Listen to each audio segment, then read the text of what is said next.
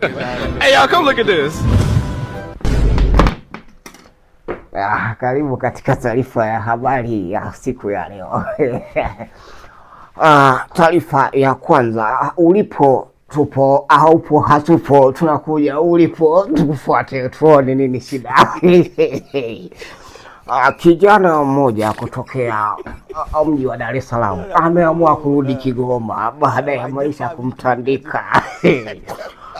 Story na taarifa nyingine au hadithi nyingine ni kwamba usitufuatilie, hunijui sikujui, ya nini kunipigia kelele, shida ni nini?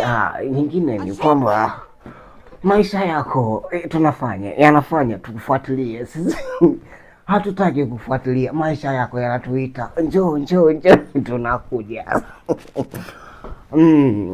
Kila mtu ale sahani zake, ila hizo sahani zisiwe za udongo, ziwe tu sahani za kawaida. Pengine wengine wanaona unafanikiwa kwa sababu unafanya nini? Hamna kitu unafanya, tunazunguka tu barabarani, hakuna kitu tunafanya, tunazunguka tu. Na pengine huyu ana shida gani?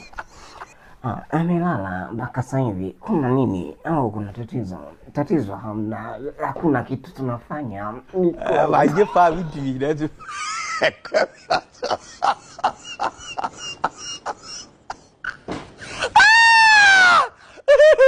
Ndio kana kali zake.